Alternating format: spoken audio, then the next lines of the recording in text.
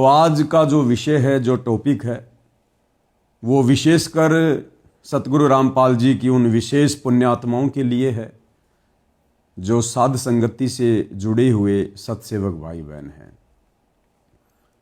क्योंकि सतगुरु रामपाल जी के इसार जेल जाने के बाद सन 2014 के बाद जो बरवाला कांड हुआ, उसके बाद उनकी संगत में 2 पार्ट हो चुके हैं।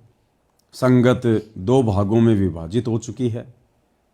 एक जो पार्ट है वो सतगुरु रामपाल जी का परिवार हैंडल करता है, जिन्होंने जगह जगह ये सतलोक आश्रम बना रखे हैं।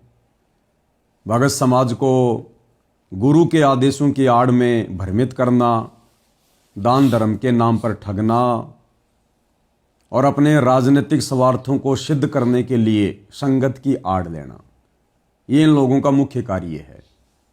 यानी और भक्ति और भगवान से सतलोक आश्रम वाले कोसों दूर हैं। दूसरा जो पार्ट है उसको साध संगति कहते हैं, और जो भाई बहन साध संगति से जुड़े हैं उनको सत्सेवकों के नाम से जाना जाता है।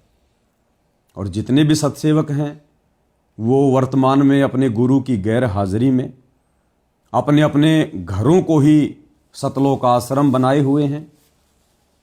बाकी किसी भी सतलोक आश्रम में धक्के खाने नहीं जाते, क्योंकि जिस प्रकार बिना दुल्हे के बारात किसी काम की नहीं है, उसी प्रकार बिना गुरुदेव भगवान के आश्रम भगत के लिए कोई काम के नहीं है।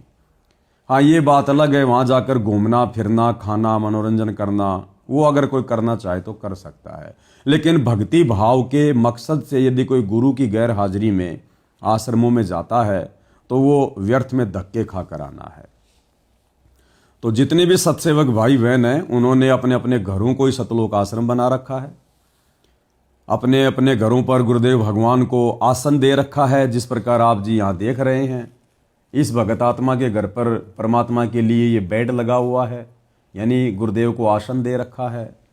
सुबह शाम यहाँ गुरुदेव भगवान को भोग लगता है।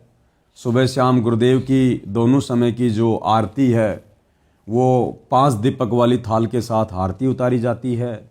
गुरुदेव के चरणों की सेवा की जाती है।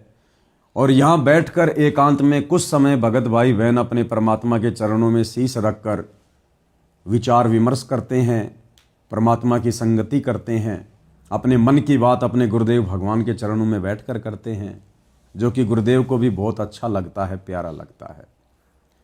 तो ये दूसरा पार्ट है जिसको साध संगति कहते हैं। तो इन दोनों के विचारों में रात और दिन का अंतर है, और इन विचारों को लेकर ये आज सतलोक आश्रम वालों में और साध संगति से जुड़े भाई बहनों में कुछ मतभेद हैं। और मतभेद भी केवल इस बात को लेकर कि भाई गुरुदेव के जो परिवार वाले हैं, जो आश्रम वाले हैं, ये लोग ना तो खुद मर्यादा में रहते हैं और ना बेचारी नादान संगत को मर्यादा में रहने देते हैं।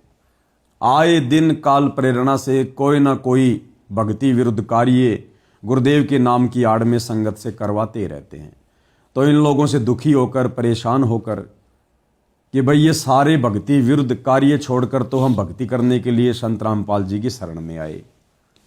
और इनकी शरण में आने के बाद भी यदि हमारे से कभी कांग्रेस की राजनीति करवाई जा रही है, कभी बीजेपी की राजनीति करवाई जा रही है, कभी हमारे को कहीं रैलियों में धक्के खिलाए जा रहे हैं, कभी किसी आरक्षण में लेकर जाया जा रहा है, कभी किसी के मकान बनवाने हैं वहां पर मजदूर बना के खड़ा कर दिया जाता है। तो ये धक्के तो हम संत रामपाल जी की शरण में आने से पहले ना खा रहे थे।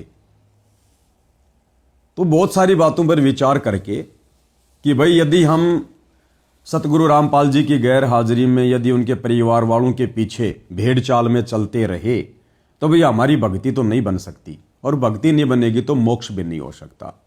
हमने तो गुरु प्रसन्न करना है, गुरु का परिवार थोड़ी प्रसन्न करना है। हम जिस समय संत रामपाल जी से उपदेश लिए थे तो उनके परिवार से पूछकर या उनके परिवार को देखकर थोड़ा ना उनसे जुड़े थे। हम तो अपनी आत्मा के कल्याण के लिए और गुरुदेव के सत्संग सुनकर जुड़े थे। तो भगत के लिए तो जो प्रथम आदेश है, सबसे महत्वपूर्ण जो वस्तु है वो गुरुदेव के प्रवचन है, उनके सत्संग हैं। और जिस प्रकार की बकवाद वर्तमान में गुरु की गैर हाजिरी में उनका परिवार करवा रहा है, इन बकवादों का गुरुदेव के सत्संगों में, प्रवचनों में, पुस्तकों में, उनके विचारों में कहीं कोई उल्लेख नहीं है। तो इस कारण से हम आज हजारों की संख्या में भाई बहनों ने ये निर्णय लिया और पिछले कई वर्षों से, लगभग पिछले 8-10 वर्षों से हम लोग इन सतलोक आश्रम वालों की कुसंगति का शिकार होने से बचे हुए हैं, अपनी मर्यादा में रहकर भक्ति कर रहे हैं और पल पल हर क्षण हमारे गुरुदेव भगवान सूक्ष्म रूप में, शब्द रूप में हमारे साथ में रहते हैं। किसी चीज़ की हमें कोई कमी नहीं होती है और पल पल परमात्मा आभास करवाते हैं कि बच्चों, अगर तुम मर्यादा में रहकर इसी प्रकार भक्ति करोगे तो मालिक पल पल तुम्हारे साथ में रहेगा।